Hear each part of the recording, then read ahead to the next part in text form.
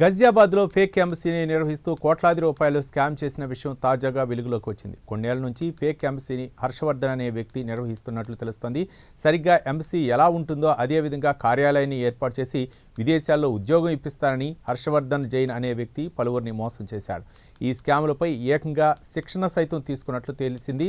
దీనిపై మరింత సమాచారం మా నేషనల్ బ్యూరో చీఫ్ కళ అందిస్తారు.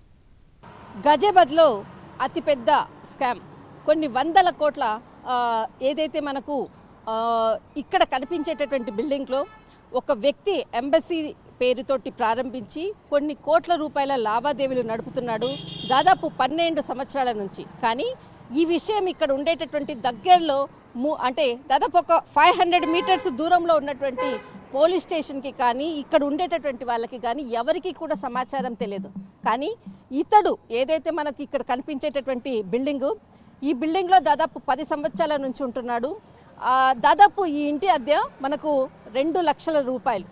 ఈ 2 లక్షల రూపాయలు తర్వాత ఈ చుట్టూరా కనిపించే ఖాళీ స్థలంలో దాదాపు మనకు ఒక 4 చాలా ఖరీదైనటువంటి కార్లు, ఆ కార్లకి ప్రత్యేకంగా ఇతర దేశాలకు సంబంధించినటువంటి ఏదైతే తను ఎంబసీ పెట్టాను అని అక్కడ ఆ దేశాలకు నేను రాయబారిగా ఉన్నాను అన్నటువంటి ఏదైతే చెప్తున్నాడో ఆ దేశానికి సంబంధించినటువంటి జెండాలను ఇలా ఒక లగ్జరీ మొత్తం అంతా కూడా ప్లాట్ఫామ్ని తయారు చేసి అంటే ఇతరులకు నేను జాబ్ ఇప్పిస్తాను అంటూ కూడా వీసాలు, తర్వాత వాళ్ళకు సంబంధించినటువంటి స్విస్ బ్యాంకులో లోన్స్ ఇప్పించడము, ఇదంతా కూడా ఒక ఫ్రాడ్, ఒక స్కామ్, పెద్ద స్కామ్ని చేశాడు హర్షవర్ధన్ జైన్. ఇతడు దాదాపు మనకు హర్షవర్ధన్ జైన్కి సంబంధించినటువంటిది ఒక కీలకమైనటువంటి సమాచారం. ఈ స్కామ్ చేయడానికి అతడు ప్రత్యేకంగా ఒక వ్యక్తి దగ్గర ట్రైనింగ్ తీసుకున్నాడు. ఎన్సన్ అలీ సయ్యద్ అతను పేరు. అతని దగ్గర ఏ విధంగా స్కామ్ చేయాలి, ఏ విధంగా ఒక రాయబారిని అంటే ఎంబసీని ఏర్పాటు చేయాలి, ఇతరులతోటి ఏ విధంగా స్కామ్ చేయాలి, తర్వాత స్విస్ బ్యాంకుల్లో ఏ విధంగా లోన్స్ తీసుకోవాలి, ఇతరులను ఏ విధంగా నమ్మించాలి, వాళ్ళందరితో అంటే ఏ విధంగా మనకు వాళ్ళని ఏ విధంగా అట్రాక్ట్ చేయాలి అన్నటువంటి దాని మీద ప్రత్యేకంగా ట్రైనింగ్ తీసుకున్నాడు. అతడు మనకు ఎన్సిన్ సయ్యద్ అంటే అలీ అన్నటువంటి వ్యక్తితోటి అతడు దాదాపు మనకు 2000 సంవత్సరం నుంచి వీళ్ళ స్నేహము ప్రారంభమైంది. అప్పటి నుంచి కూడా ఎవరికి కూడా కనపడకుండా చాలా కొద్ది మందితో మాట్లాడి, కొద్ది మందితోటి ఇదే ఇంట్లోనే ఉండి ఇతరులకు తనకు ఒక డ్రైవరు, తర్వాత ఒక 2 వ్యక్తులతోటి మొత్తం అంతా కూడా ఈ వ్యవహారాన్ని నడుపుతూ ఉన్నటువంటి వ్యక్తి ఇక్కడ మనకి హర్షవర్ధన్ జైన్. తన తండ్రి ఒక మంచి పేరున్నటువంటి వ్యక్తి, ఇదే ప్రాంతంలోనే అతడు ఒక అంటే పర్యావరణకు సంబంధించినటువంటి దాంట్లో వర్క్ చేసేవాడు. అలాంటి వ్యక్తి అంత పెద్ద చాలా కాస్ట్లీ ఉండేటటువంటి ఈ ఏరియాలోనే ఇతడు ఇంత పెద్ద స్కామ్ చేశాడంటే కూడా ఎవరు నమ్మలేకపోతున్నారు. కానీ తెలిసిన తర్వాత అందరూ కూడా అతడు ఏ విధంగా ఉన్నాడు అన్నటువంటి విషయాన్ని మాత్రము ఒక్కొక్కరుగా వచ్చి చెప్తూ ఉన్నారు. అయితే ఇక్కడ ఒక వ్యక్తి ఉన్నాడు. నేను ఇంకా కొన్ని విషయాలు చెప్పే కన్నా ముందుగా ఆ వ్యక్తితో మనం మాట్లాడేటటువంటి ప్రయత్నం చేద్దాము. जी हाँ, ये हर्षवर्धन जैन ये कितने सालों से है ये यहाँ पर काफ़ी टाइम से रह रहा था। ओके, लगभग मेरे ख्याल से 8-10 साल के करीब यहाँ रह रहा। कभी आपने देखा उनको? हाँ, मैंने उसे 1-2 बार देखा है।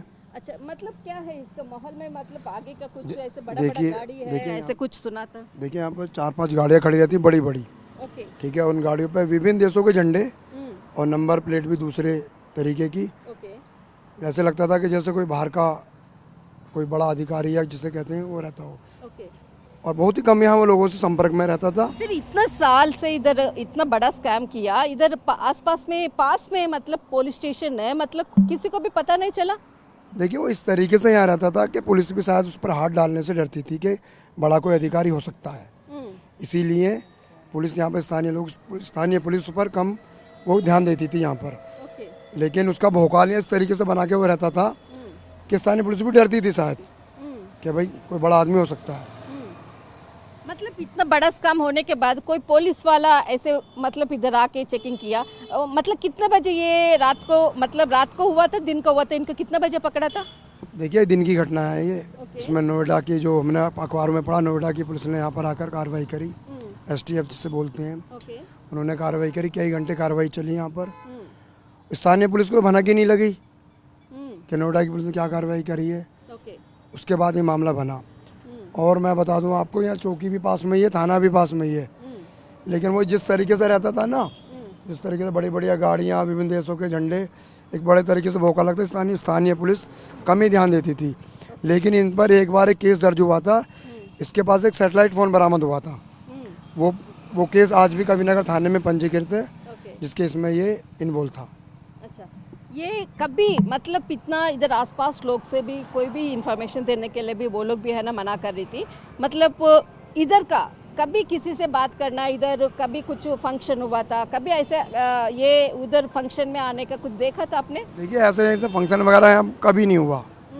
जो भी कुछ होता था गुप्त तरीके से रहा, आसपास के लोगों से भी वो कम ही मतलब रखता था। ओके।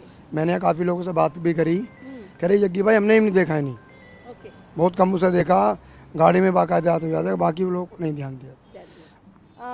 ఇప్పుడు ఇతడు చెప్పేది అంటే దాదాపు ఇక్కడ మేము 10 సంవత్సరాల నుంచి చూస్తున్నాము, 10 సంవత్సరాల నుంచి కూడా మాకు ఎలాంటి అనుమానం లేదు, ఇక్కడ పెద్ద పెద్ద వెహికల్స్ అంతా కూడా ఆగేది, కానీ ఇక్కడ దగ్గరలోనే పోలీస్ స్టేషన్ ఉంది, కానీ పోలీసులు కూడా అంటే వాళ్ళకి కూడా డౌట్ రాకుండా ఆయన ఈ వ్యవహారాన్ని నడిపాడంటే ఒక్కసారి ఆలోచించాలి.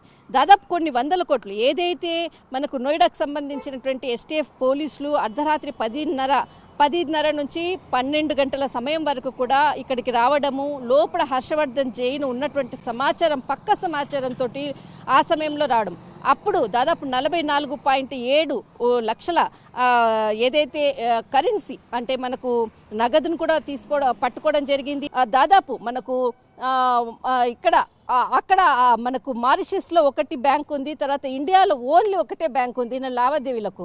మారిషస్లో మనకు వచ్చేసేసి 3 బ్యాంకులు ఉన్నది, తర్వాత లండన్లో దాదాపు 6 మొత్తం ఈయన పేరిట కూడా మొత్తం అంతా కూడా బ్యాంక్ సంబంధించినటువంటి ఏదైతే ఈయన పేరు మీద ఉన్నటువంటిది పూర్తి సమాచారము, అందులో ఉన్నటువంటి డబ్బులకు సంబంధించినటువంటి పూర్తి సమాచారం ఇన్వెస్టిగేషన్ చేస్తున్నారు. కానీ మొత్తం మీద మాత్రం నకిలీ ఎంబసీని ప్రారంభించేసేసి కొన్ని కోట్ల రూపాయల లావాదేవీలను నడిపారు. దాదాపు ప్రతి ప్రాంతానికి కూడా నేను రాయబారిని అంటూ కూడా చెప్పాడు. ఆ రాయబారికి కొన్ని ప్రాంతాలకు ప్రత్యేకంగా నన్ను నియమించారు.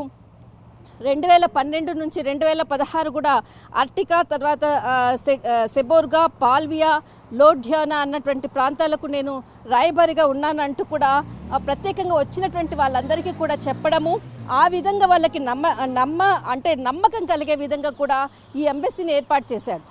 కానీ మొత్తం మీద మాత్రము దీనికి సంబంధించినటువంటిది చాలా ఆలస్యంగా కొన్ని కోట్ల రూపాయలను ప్రజలను నమ్మించి ఇక్కడికి ఉద్యోగాల కొరకు వచ్చినటువంటి వ్యక్తులకు అనుకోవచ్చు, తర్వాత ఇతర సంస్థలకు కూడా నేను లోన్లు ఇప్పిస్తాను, ఇతర బ్యాంకులకు సంబంధించినటువంటిది అన్నటువంటి వ్యక్తులకు ఓచుకున్నాడో మాత్రము దాదాపు 25 సంవత్సరాల తర్వాత ఇది బయటపడింది.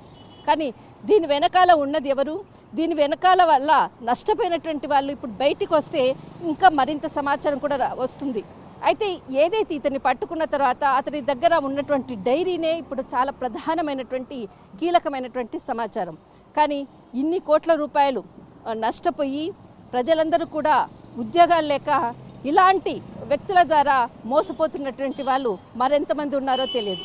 దిస్ ఇస్ కళా కెమెరామెన్ ధర్మతో, గాజియాబాద్.